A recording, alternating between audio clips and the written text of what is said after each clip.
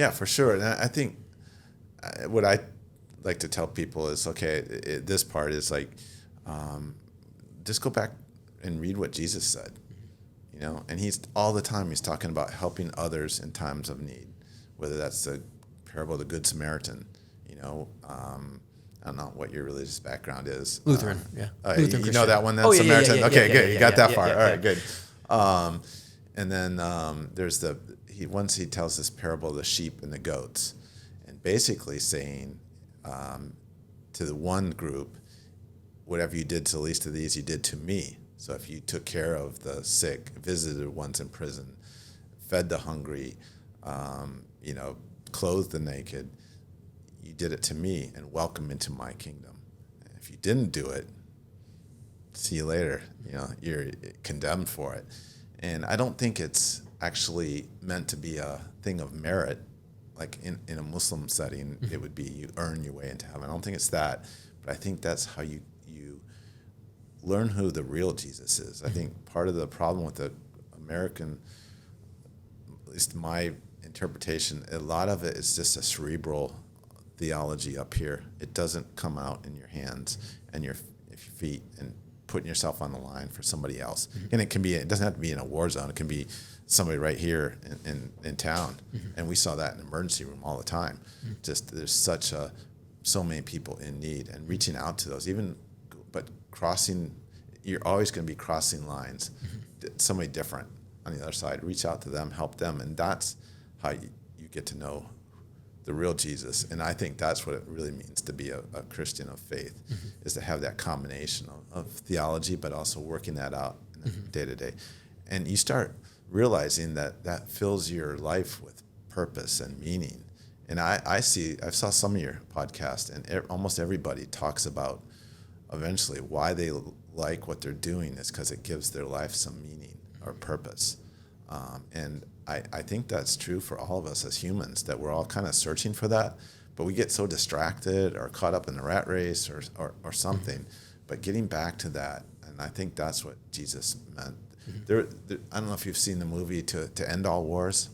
It sounds familiar. I don't know. It's Kiefer Sutherland. It was actually based on a story from World War II, The Bridge Over the River Kwai. Okay. But it's written. The book is written by Ernest Gordon, who was I think a chaplain for Harvard for a while. But he talks about, he was in basically a prisoner of war while they're building this railroad through Burma. And the stuff that they learned coming out of that. And I read one of his lines was something like, our lives are not, the goal of our life is not just to survive, it's to learn how to love others. And they realized that there, and they had a way of doing it. It's a pretty powerful story. It's a good, I see your books, and you ought to add that one to End All Wars by Ernest Gordon. Because I think that's kind of what you start learning here. If once you get past, but you got to go past the tourist level, you know. And I think the military guys do go past that. But then you got to go past that and get to know people, and that you're working around, and that's hard in some of those settings, obviously. But for us, that's our lifeline, and they become family, and then learning to love and. There's another movie. I know you're into movies, but the Magnificent Seven. Oh yeah. The new one, Denzel Washington, and there's a line where the character Horn talks. He says there's 6 of them. The Ethan Hawke's guy is taken off because of his PTSD, and Denzel Washington's asking everybody, "Well, what do you want to do?" And the Horn character says something like, "Well, serving others with men you respect shouldn't have to ask for more than that." And they all kind of sit around and nod, and, you know, off they go. You know, but I think that really hits home to me. Is, you know, we're with these guys serving others, and you see a part of your faith really worked out that is meaningful and adds meaning and purpose to your life. And I really, I'm 66 years old, and I get to do this. Yeah. It's really a cool thing. Yeah, and it's amazing too, because I'm with you with that, especially like finding purpose. I think a lot of us in the military, like especially that fought in the war, finding purpose. We're trying to earn, in my case and a few others are like, hey, we want to be part of the warrior culture. But I think for me the big one was even in Iraq when we were doing stuff, you're still fighting for like a cause, even at some level. And for some of us on the ground, it was like we got to interact with the people. I think some of the misconceptions is we just went on patrol, got into firefights, and went home. But we were in people's houses all the time. We were always talking with them. We were buying the bread off them because we were sick of MREs, and they were, we'd talk with the kids, and we would, and just interact. Or even the translators. Yeah. And then in the when I went to Afghanistan, that's when I was a combat advisor. So I lived, breathed everything with the Afghan army, and then we were in the valleys with the people doing humanitarian aid, but we got to know people like in the Sorobi district and in the valleys, and you just you get into that world, and I think I agree with you. I think finding that purpose and guys are chasing the adrenaline, but I like I said, it's whatever gets you there. Yeah, whatever gets you there, and but when it comes to like even the medical stuff, like being able to do something when no one else can. I feel like that's also like, like you going. That's pretty cool. Yeah. It's like being able to help and and I agree with you. I think going past the tourism aspect, that does help people. I mean, they're like, and I know a lot of people kind of crack jokes about even with kids going and building houses and, in Central America, okay. but it's okay. Yeah, it's okay because those kids are going to be like, I built a house. Like, I saw a different culture. Exactly. Hey, those people got problems just like me. Yep. And I actually think God gives us grace in those settings to realize, hey, I can be more empathetic with that person. Absolutely. And I wish from a political standpoint that we could all realize that. And there are real issues that we need to talk about, border issues and stuff. And I don't know the answers to that, except that these are real people.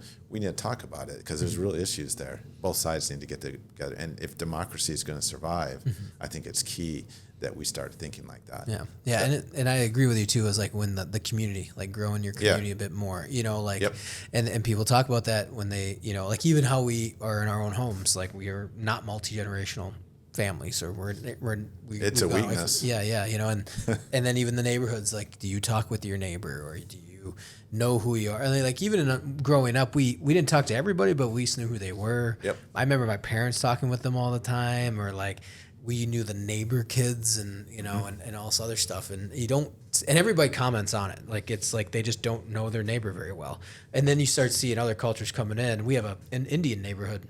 The families together, and they run in packs. Kids, and you see the families and as they get out at this housing complex, or I should say housing, but like these condos, and it's a group, because you can tell they're like, oh, this is the Indian kid, and then they, obviously they find each other, and they have their community, and I agree with you. You don't see it as much in the U.S. culture if you're. And sometimes it's hard. Communities sometimes it's hard. Yeah. It means you go to your neighbor's kids' talent show for 4 hours and sit there, and you go like, you could be wishing I could be doing something else. And sometimes it's painful.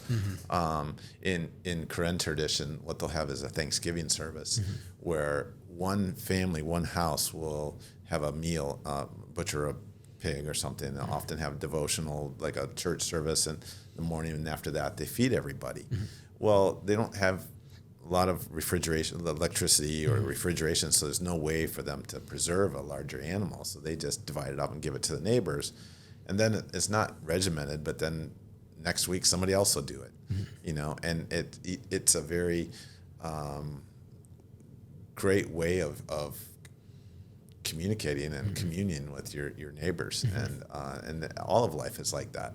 If the rice crops fail, and since I've been there, they've failed for multiple reasons. Too much rain, not enough rain, rats. There was one year where there was apparently the bamboo flowers every 50 years, and the rats are usually controlled by the amount of food available. And they produces a little pine nut, and just went crazy and multiplied. And just see fields full of rats, because once the pine nuts go away, they just go to starting eating the rice fields, and but the whole community then is now at risk because they don't have any food. So stick together and work your way through it. Yeah, yeah. Like I said, that's cool because I've talked with Amanda here, and I've talked with my last guest too. It's like not being it's a kind of a different subject, but not being self-reliant. But all self-reliant also is your community. You know, Yeah. it can be doesn't mean that you're the ultimate prepper and that's it. It's Correct. just self-reliant on what you can do. But if your neighbor's self-reliant, know what you can do, you can then work together. You have crops, or I have some meat, or you have chicken, or you have